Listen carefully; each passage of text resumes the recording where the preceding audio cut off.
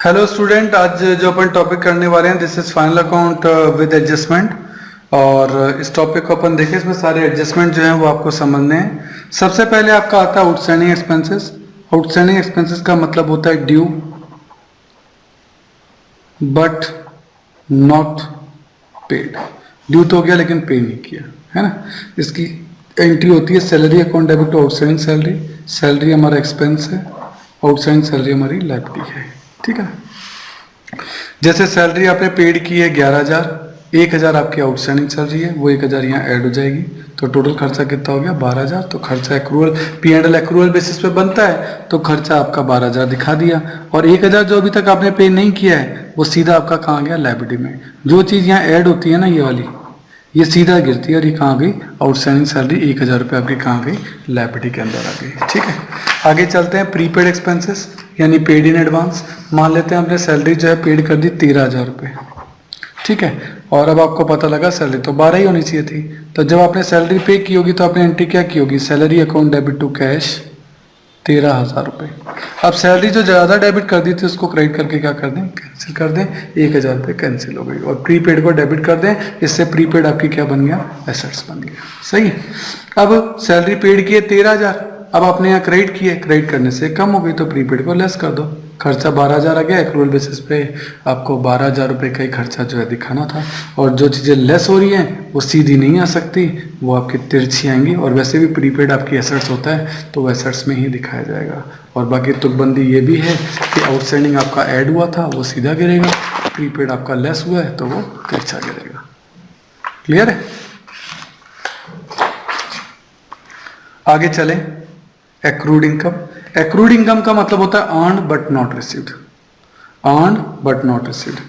तो मान लेते हैं आपने इनकम इंटरेस्ट की रिसीव की थी, तो cash account debit to interest आपने 11,000 रुपये रिसीव किए, जबकि रिसीव आपको 12,000 करने चाहिए थे।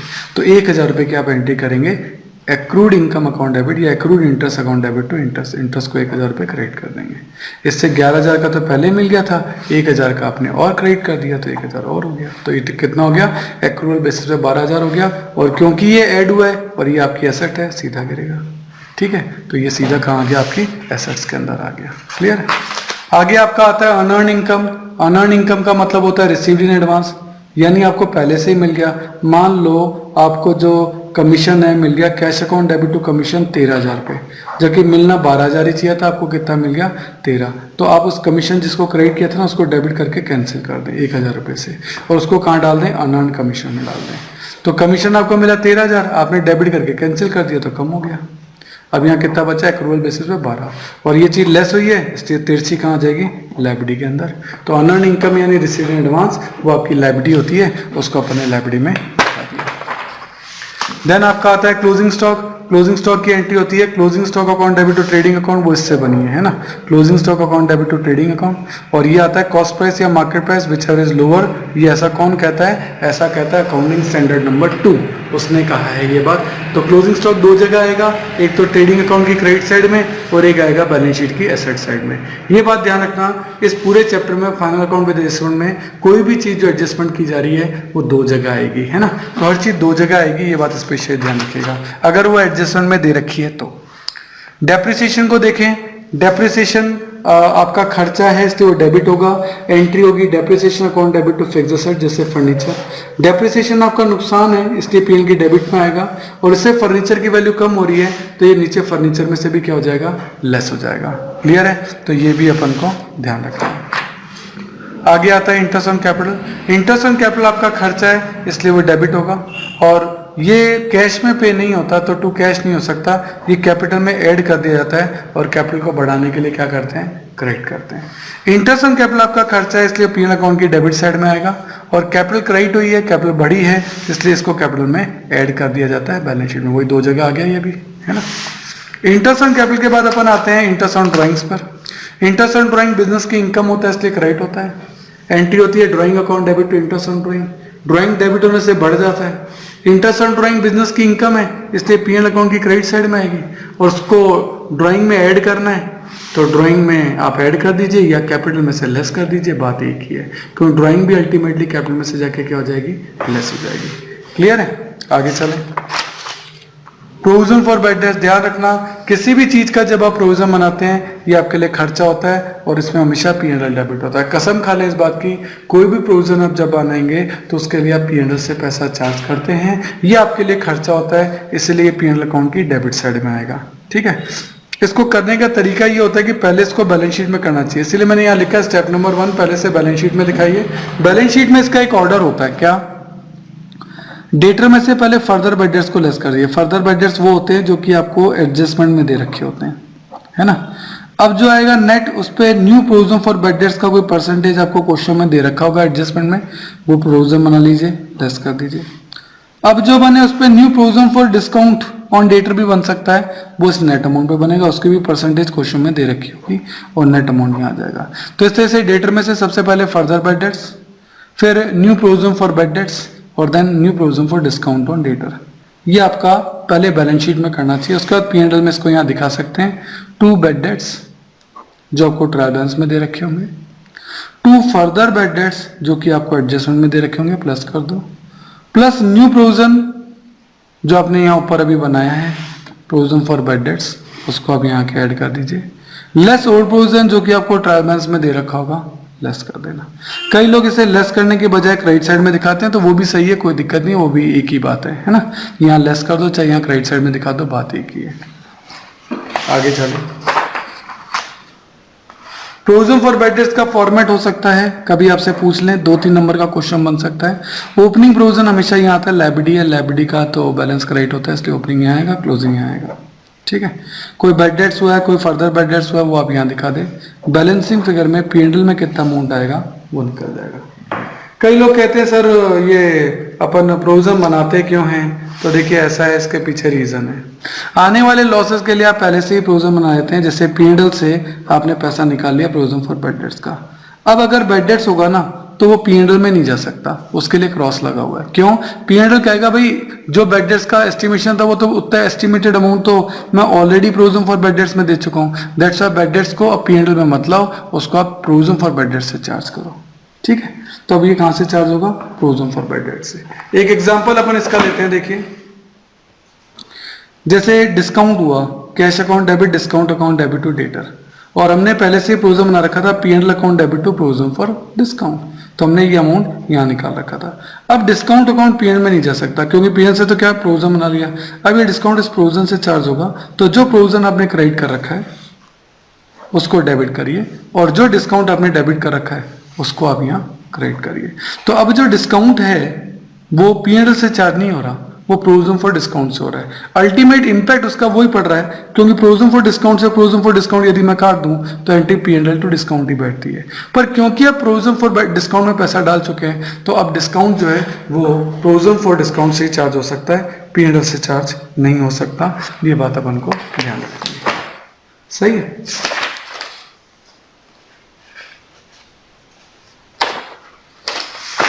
एक और एडजस्टमेंट इसमें आता है, अच्छा एडजस्टमेंट है, क्या है? Charity, donation, free sample, drawing, जो भी गुड्स से आप परचेज, जो भी गुड्स से जो आप निकाल रहे हैं उस कंडीशन में क्या होगा। देखो चैरिटी आपका खर्चा है, डेबिट होगा, डोनेशन आपका खर्चा है, डेबिट होगा, फ्री सैंपल देना आपका खर्चा है, और ड्राइंग हमेशा डेबिट होता है। इन सबसे गुड्स जा रही है, और कौन सी प्राइस पे जा रही है? कॉस्ट प्राइस पे, तो हम परचेज को क्या कर देंगे? क्रेडिट कर देंगे। परचेज क्रेडिट होने से कम होती है, दैट्स व्हाई जब आप इन्हें ट्रेडिंग में लिखेंगे सारे आइटम परचेज में से लेस हो रहे हैं। कौन सी प्राइस पे? कॉस्ट प्राइस पर, क्योंकि परचेज क्रेडिट हुई है। और इसमें से चैरिटी, डोनेशन, फ्री सैंपल, ये तो आपके खर्चे हैं, ये तो P&L की डेबिट साइड में आ जाएंगे, और ड्राइंग जो है वो नीचे जाके कैपिटल में से क्या हो जाएगा? लेस हो जाएगा। तो ये एंट्री जो है बहुत इंपॉर्टेंट एंट्री है, इसका ध्यान रखना है। एक होती है गुड्स इन ट्रांजिट, हमने कोई गुड्स खरीदी, खरीदने पे एंट्री आपकी होनी चाहिए थी purchase account debit to creditor, लेकिन गुड्स अभी पहुंची नहीं है तो आप परचेज को डेबिट कर नहीं सकते, इसलिए आप डेबिट किसको करते हैं? गुड्स इन ट्रांजिट को। Goods in transit account debit to creditor, creditor तो लायबिलिटी है, लायबिलिटी में आ जाएगा, और गुड्स इन ट्रांजिट को डेबिट किया तो आपकी क्या बन जाएगा? एसेट्स बन जाएगा, क्योंकि गुड्स पहुंची नहीं इसलिए इसको परचेज में लिख नहीं सकते। सही है। एक टर्म होती है सेल टैक्स, जिसमें बच्चे काफी बार कंफ्यूज हो जाते हैं, सेल टैक्स क्या है? तो सेल टैक्स जो है वो एक इनडायरेक्ट टैक्स है। सही है। शॉपकीपर क्या करता है? जब कस्टमर को माल बेचता है तो उससे कलेक्ट कर लेता है सेल टैक्स, पर वो सेल टैक्स अपने पास नहीं रख सकता, वो ये ईयर एंडिंग तक गवर्नमेंट को जो है पे कर देता है। तो जब वो कलेक्ट कर लेता है तो ये इसकी लायबिलिटी बन जाती है, और जब ये गवर्नमेंट को पे कर देता है तो लायबिलिटी का पेमेंट हो जाता है। ये क्या कहलाता है? Sale tax. इसके लिए कुछ टर्म्स वगैरह हैं, उनको जरा सा अपन समझ लें वो क्या है। जैसे मान लेते हैं, जैसे कंडीशन है कि सेल टैक्स कलेक्ट किया आपने 5,000 रुपए, तो ये आपकी लायबिलिटी है। आप इसे कहाँ दिखाएंगे? बैलेंस शीट की लायबिलिटी साइड में, ठीक है ना। आपने इसको क्रेडिट किया इसलिए कहाँ दिखाएंगे? लायबिलिटी साइड में। एक कंडीशन नंबर 2 बनाते हैं हम। कंडीशन नंबर 2 क्या है देखें, सेल टैक्स कलेक्ट किया आपने क्रेडिट साइड में दिखा रखा है, सेल टैक्स पेड किया वो डेबिट में दिखा रखा है, और सेल्स जो है वो क्रेडिट में दिखा रखी है। इसका मतलब ये हुआ सेल्स भी क्रेडिट में दिखा रखी है, सेल टैक्स कलेक्टेड भी क्रेडिट में दिखा रखा है। इसका मतलब सेल टैक्स कलेक्टेड सेल्स के अंदर इंक्लूड नहीं है, वो अलग से है। तो अब आप क्या करेंगे, सेल्स जो है वो तो आप ट्रेडिंग के क्रेडिट साइड में दिखाओ, सेल टैक्स कलेक्टेड जो 5,000 है वो लायबिलिटी में दिखाओ, और उसमें से आपने 3,000 का सेल टैक्स पेड कर दिया, उससे आप लेस कर दीजिए, तो आपकी लायबिलिटी कितने की बनी? लायबिलिटी आपकी बनी सिर्फ 2,000 की। भाई 5,000 कलेक्ट किया था, 3,000 गवर्नमेंट को पे कर दिया, तो आपकी लायबिलिटी कितने की बनी? 2,000। इसी में कंडीशन नंबर 3 देखिए, आपके सेल टैक्स कलेक्टेड अलग से नहीं दे रखा। वैसे क्रेडिट साइड में पिछले कंडीशन में सेल टैक्स क्रेडिट अलग से दे रखा था कलेक्टेड, लेकिन अभी नहीं दे रखा। तो अब ये अजम्पशन लेना पड़ेगा कि सेल टैक्स कलेक्टेड इस सेल के अंदर ही इंक्लूड है। सेल टैक्स कलेक्टेड इस सेल के अंदर ही इंक्लूड है, मैं नहीं पता कितना है, तो इस कंडीशन में सेल 1 लाख है और सेल टैक्स पेड क्योंकि कलेक्शन इसमें इंक्लूड है तो इसी में से लेस हो जाएगा। तो ये बहुत अच्छी कंडीशन है कि इसमें ये अजम्पशन लेना पड़ता है कि इसमें सेल टैक्स कलेक्टेड भी क्या है? इंक्लूडेड है, ये अजम्पशन रहता है। हाँ? एक अच्छी एक्सेप्शन कंडीशन आती है, सेल दे रखा है 1 लाख, सेल टैक्स कलेक्टेड अलग से दे रखा है। अलग से दे रखा है इसका मतलब वो सेल में इंक्लूड नहीं है, लेकिन सेल टैक्स पेड कलेक्टेड से भी ज्यादा है, यानी कलेक्ट तो किया 5 और पेड किया 7, यानी सेल टैक्स पेड ज्यादा है। तो अब क्या करेंगे, देखो सेल टैक्स कलेक्टेड तो 5 ही किया, तो यहाँ तो 5 ही लेस हो सकता है लायबिलिटी के अंदर। लायबिलिटी के अंदर तो आप 5 ही लेस। तो सर हमने तो 2,000 ज्यादा पेड कर दिया ना, तो इसका मतलब वो जो 2,000 जो आपने पेड ज्यादा कर दिए वो आप कोई अपनी जेब से थोड़ा ना पे करेंगे। इसका मतलब वो सेल में इंक्लूडेड है वो 2,000 का टैक्स, आप उसमें से वो 2,000 का जो पेड है वो आप उसमें से लेस करेंगे। ये बात अपन को ध्यान रखनी है, ठीक है। जो 2,000 सेल टैक्स कलेक्टेड में से पेड नहीं हो पाया, ये एज्यूम कर लिया जाएगा कि वो सेल के अंदर ही इंक्लूडेड है, दैट्स व्हाई सेल में से लेस करना चाहिए, ठीक है। एक आपका आता है लॉस बाय फायर, ये आप जर्नल एंट्री पहले भी पढ़ चुके हैं। जर्नल एंट्रीज के अंदर लॉस बाय फायर की एंट्री होती है, loss by fire account debit to purchase, loss by fire account debit to purchase, ये नुकसान है, गुड्स चली गई। इंश्योरेंस कंपनी आपको 6,000 रुपए देगी, 10,000 के माल के 6,000 दे रही है, तो 4,000 का नुकसान हो गया, और लॉस बाय फायर जो इसको डेबिट किया तो उसको क्रेडिट कर दिया, इससे उसका अकाउंट भी क्लोज हो गया। तो 10,000 की गुड्स गई, इंश्योरेंस कंपनी 6,000 देगी और 4,000 का नुकसान हो गया। कैसे दिखाएंगे, गुड्स गई 10,000 की तो परचेज में से लेस होगा 10,000, 4,000 इंश्योरेंस कंपनी नहीं देगी तो 4,000 आपका नुकसान हो गया, पीएन की डेबिट में आएगा, और 6,000 वो देगी तो 6,000 से वो आपकी क्या बन गई? डेटर बन गई, लाइक डेटर, वो आपको यहाँ दिखाया गया। तो 10,000 की गुड्स गई, 6,000 इंश्योरेंस कंपनी दे देगी और 4,000 इंश्योरेंस कंपनी नहीं देगी। तो ये एक ऐसा एडजस्टमेंट हो गया जिसको आपको 3 जगह शो करना पड़ता है ना। आगे चले, डेफर्ड रेवेन्यू एक्सपेंडिचर बहुत इंपॉर्टेंट है। डेफर्ड रेवेन्यू एक्सपेंडिचर वो एक्सपेंडिचर होता है जिसको अपन, जैसे कि एग्जांपल देता हूं, हैवी एडवर्टाइजमेंट एक्सपेंडिचर, जिसका बेनिफिट आपको आने वाले कई सालों तक मिलेगा, तो आप उसको 1 साल में क्यों पीएन में दिखा रहे हो? अगर उसका बेनिफिट आपको आने वाले 10 सालों तक मिलता है तो आप उसको 10 सालों तक पीएन में दिखाओ। तो मान लेते हैं assume that it's benefit will be in next 10 year, तो 1 लाख का खर्चा हुआ, अपन ने 10 सालों में बांट दिया, तो 8 साल का खर्चा कितना आ गया? 10,000।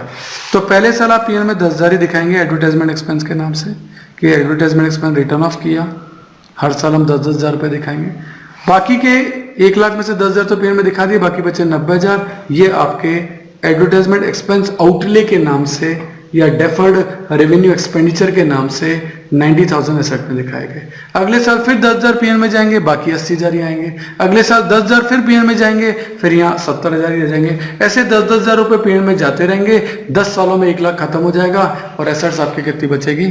0। ये थ्योरी के लिए भी क्वेश्चन आ सकता है, उसमें आप ये एग्जाम्पल बना के दिखा सकते हैं और प्रैक्टिकल में भी आ सकता है। This is called deferred revenue expenditure. Deferred का मतलब होता है पोस्टपोन करना। कोई रेवेन्यू एक्सपेंडिचर 1 लाख का खर्चा हो चुका है, लेकिन आप उसे पोस्टपोन कर रहे हैं अगले 10 सालों में, इसको बोलते हैं डेफर्ड रेवेन्यू एक्सपेंडिचर।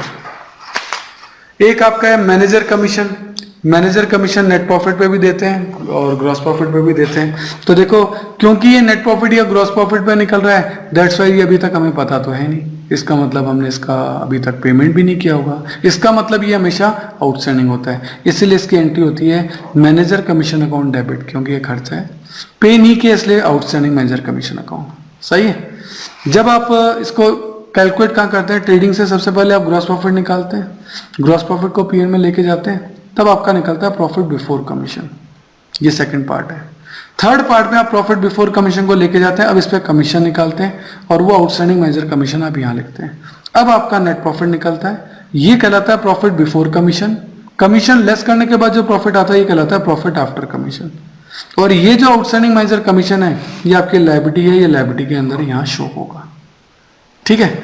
अब ये जो कमीशन है ये प्रॉफिट बिफोर कमीशन पे भी निकल सकता है और ये प्रॉफिट आफ्टर कमीशन पे भी निकल सकता है। वो डिपेंड करता है क्वेश्चन में लैंग्वेज क्या दी है उसके ऊपर। तो ये दोनों पे कैलकुलेट, इस पे भी हो सकता है, इस पे तो डायरेक्टली 10% निकल जाएगा, इस पे होगा तो 110 डिवाइड करना पड़ेगा और इंटू 10 करना पड़ेगा। ठीक है। इसमें एक बात और भी आती है, if there is no profit, अगर वहां प्रॉफिट नहीं है तो फिर वहां मैनेजर का कमीशन भी नहीं होगा। क्योंकि मैनेजर को तो हमने कहा ही ये था कि भैया अगर प्रॉफिट ज्यादा होगा, प्रॉफिट होगा तो हम तेरे को कमीशन देंगे। अब क्योंकि प्रॉफिट नहीं है तो फिर तेरे को कमीशन भी नहीं मिलेगा। तो ये बात ध्यान रखिएगा। मैनेजर कमीशन जो है वो बिफोर चार्जिंग भी हो सकता है और आफ्टर चार्जिंग भी हो सकता है। बिफोर चार्जिंग है तो net profit into rate upon 100, और अगर आफ्टर चार्जिंग है तो net profit into rate upon 100 plus rate. तो आफ्टर में 100 प्लस रेट आता है, बिफोर में केवल नीचे 100 आता है। ये बात ध्यान कर लो। ठीक है। और ये P&L के थर्ड पार्ट में आता है और ये हमेशा आउटस्टैंडिंग होता है। ये चीजें आपको ध्यान रखनी है। ठीक है ना। जैसे एक एग्जांपल हमने यहाँ बनाया कि बिफोर की कंडीशन में क्या होता है। मान लेते हैं प्रॉफिट बिफोर कमीशन 33,000 है और आपको इसी का 10% देना है, तो फिर तो बहुत ही आसान है।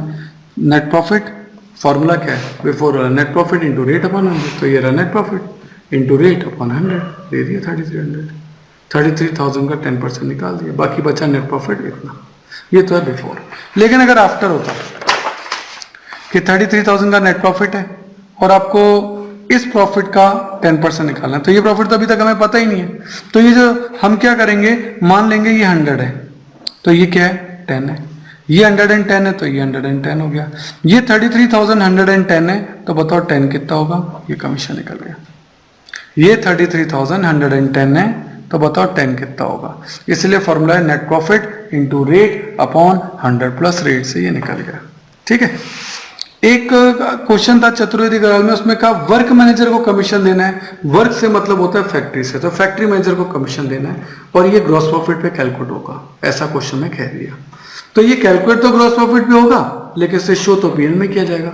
सर जब ग्रॉस प्रॉफिट पे कैलकुलेट हो रहा है तो P&L में क्यों शो कर रहे हैं? P&L में शो करने का रीजन ये है कि कमीशन तो P&L में आ सकता है, कभी ट्रेडिंग में आ ही नहीं सकता, है ना।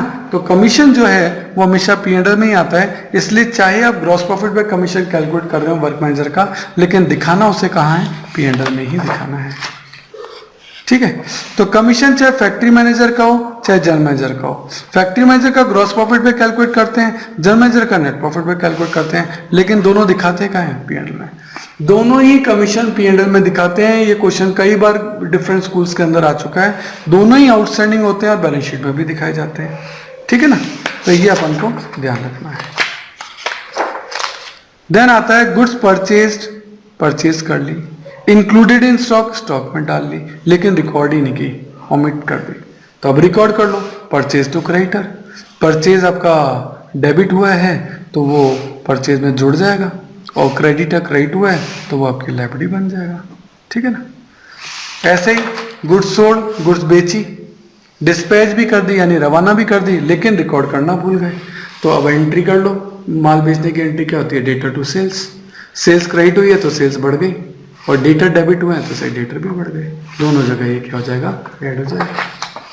एक ये बहुत इंपॉर्टेंट ट्रांजैक्शन है, sale of goods on approval basis. क्या कि हमने किसी दुकानदार को माल दिया, उसको कहा कि जब बिक जाए तब पैसे दे देना। कोई बात नहीं, तो अभी दुकान पे एक बार रख तो सही। जब कोई नया प्रोडक्ट लॉन्च करते हैं तब आपको ऐसा करना पड़ता है। तो जब आपने सेल की होगी तो एंट्री क्या की होगी?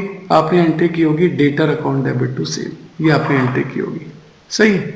लेकिन 31 मार्च तक उस दुकानदार का फोन नहीं आया, तब हम कैसे मान लें कि वो सेल हुई? हमने तो उसको सेल मान लिया, तब उसे क्या करो? कैंसिल करो, कैंसिलेशन ऑफ सेल। सेल जो क्रेडिट की थी उसको डेबिट कर दो, डेटर जो डेबिट हुआ था उसको क्रेडिट कर दो, इससे सेल की एंट्री कैंसिल हो गई। अब हमें उसे क्लोजिंग स्टॉक में शामिल करना है, तो एक एंट्री और होगी, closing stock account debit to trading account. और ये सी फॉर क्लोजिंग, ये कॉस्ट प्राइस पे होती है, और ये एस फॉर सेलिंग, ये सेलिंग प्राइस पर होती है। ध्यान रखना, सेल की एंट्री सेलिंग प्राइस पे हुई थी, इसलिए कैंसिल की एंट्री भी सेलिंग प्राइस पे होगी, लेकिन क्लोजिंग स्टॉक की एंट्री किस पर होगी? कॉस्ट प्राइस पे होगी। ये एक ऐसा एडजस्टमेंट है जिसमें दो एंट्री हुई है, तो एडजस्टमेंट 4 जगह होगा। कैसे? सेल डेबिट होने से सेल कैंसिल हो गई, तो सेल में से 20,000 लेस हो जाएंगे, और डेटर क्रेडिट होने से डेटर भी कैंसिल हो गया, डेटर में से भी 20,000 लेस हो जाएंगे। तो 2 जगह हो गया 20,000 लेस।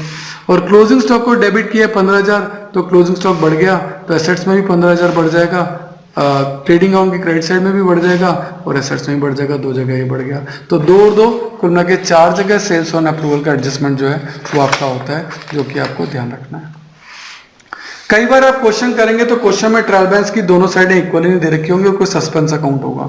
अगर सस्पेंस अकाउंट डेबिट में है, अगर सस्पेंस अकाउंट डेबिट में है तो वो एसेट्स में आएगा, और अगर सस्पेंस अकाउंट क्रेडिट में है तो फिर वो कहाँ आएगा? तो फिर वो लायबिलिटी साइड में आएगा। ये बात भी आपको ध्यान रखनी है, ठीक है। इसके अलावा ये वाला एडजस्टमेंट तो आपको प्रैक्टिकली ही समझना पड़ेगा, बहुत इंपॉर्टेंट है। Part of debtor is irrecoverable. Debtor का कुछ पार्ट इरिकवरेबल है और रिमेनिंग पार्ट रिकवरेबल है। तो जैसे डेटर 60,000 के थे, उसमें मोहन था एक 1,000 का डेटर, उसके बारे में आपको एक कंफर्म न्यूज मिली कि मोहन 50% पैसा नहीं दे पाएगा, इरिकवरेबल है। इरिकवरेबल है तो ये तो हो गया फर्दर बैड डेट्स, और 50% तो रिकवरेबल है, यानी ये तो रिकवर हो जाएगा, दिए तो नहीं है उसने अभी, लेकिन ये रिकवर हो जाएगा। ऐसा कह रहा है ऐसा मोहन के बारे में कि मोहन आधा पैसा नहीं दे पाएगा और आधा दे देगा, तो इसके बारे में तो कंफर्म न्यूज हो गई, ये तो डाउटफुल है ही नहीं। प्रोविजन जो बनता है वो डाउटफुल के बारे में बनता है, तो डाउटफुल कितने बचे? 60 में से 1 गया 59। 59 पे आपको प्रोविजन जो है वो बनाना है। इस 500 पे आप प्रोविजन नहीं बना सकते, क्योंकि इसके बारे में आपको कंफर्म न्यूज मिल चुकी है कि हाँ भाई ये जो है पैसा मिल जाएगा, ठीक है। एक और ट्रांजैक्शन है event occurring after the date of balance sheet, यानी बैलेंस शीट बनने के बाद कुछ इवेंट हुए, एक डेट निकलने के बाद कोई इवेंट हुए, तो उनका क्या करना है? तो कहता है ये इफेक्ट नहीं करेंगे अकाउंट्स को, ये रिकॉर्ड नहीं होंगे, ये बैलेंस शीट को इफेक्ट नहीं करेंगे। इनको बोलते हैं event after occurring after the balance sheet, क्योंकि वो बैलेंस शीट के बाद हुए, इसलिए आप उनको अकाउंट्स में एडजस्टमेंट जो है वो उनका नहीं कर सकते हैं, ठीक।